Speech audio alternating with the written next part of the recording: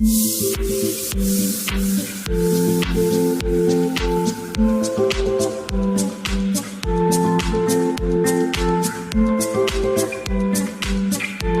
vaccinated my kid by my own hands. That's a very great experience.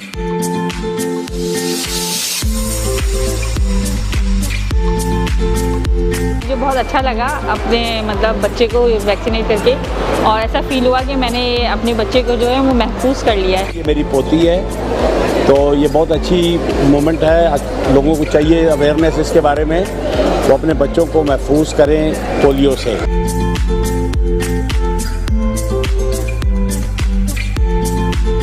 मैंने खुद अपने बच्चे को वैक्सीनेट किया, उसको निशान लगाया। पोलियो टीम्स ने हमारे साथ बहुत अच्छा तावन किया, हमने भी उनके साथ तावन किया। मुझे बहुत खुशी हुई इस बात की। मैं सब पेरेंट्स को ये कहना चाहूँगी कि जो लोग नहीं पिलाते वो अपने बच्चों को पिलाएं।